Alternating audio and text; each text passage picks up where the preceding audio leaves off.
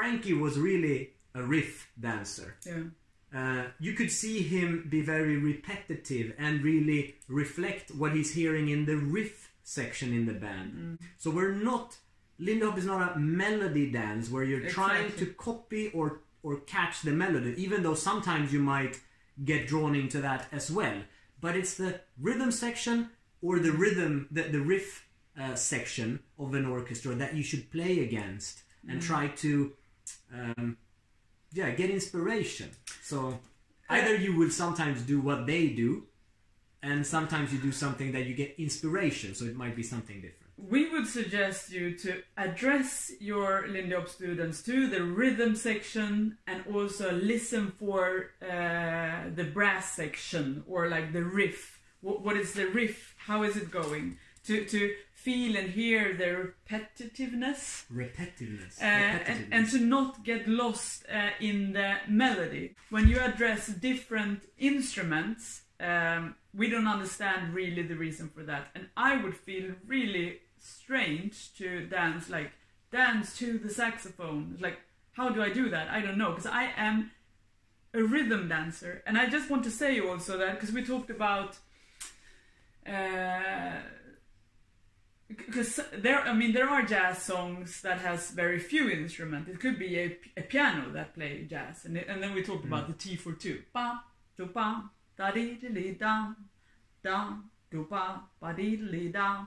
And then sometimes a normal misunderstanding, we think, when it comes to dancing to music, is that you start doing exactly what the music say, and you go bam do bam da beep dee bam, and your feet and your figure work accordingly with the same rhythm, with the melody. And then it is not saying that you are doing this, but this is a very common misunderstanding that we see around the world. But it comes to the thinking about listening to a certain instrument or a melody, and I would suggest listen for the emptiness. Listen for what's in between. So if you go ba do ba di bi bi di ba, if I do that, and then you do the what's going on in behind. Yes. Ba do ba ba di di da ba di da do ba da di di da di bi di ba do ba ba di di ba do ba beep boop ba be do ba ba. Yes, and then it continues. So that's kind of what you want to do when you're playing against the rhythm section or the riff. And the riff is easier because that's even more this repetitive, and it's coming again and again and again. Then you get the time to play even more with it. And if you want to play with a melody, this is what you want. A good song with a lot of emptiness, a lot of air.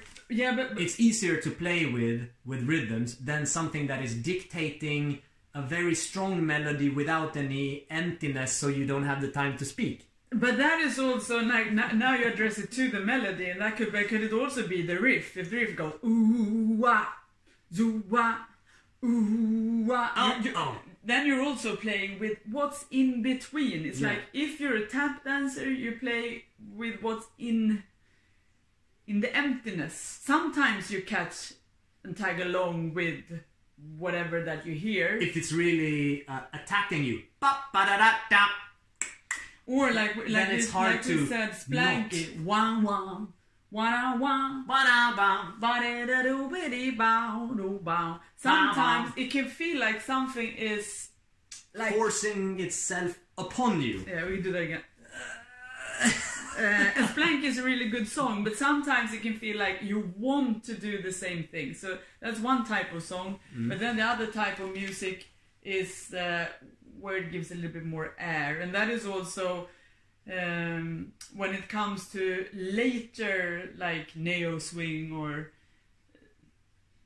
if you go away from the swing jazz, or also when you go into the bebop.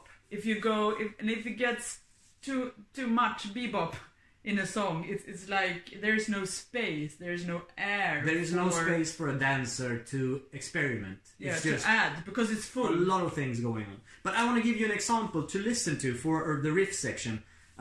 You have Swing in the Blues with Count Basie.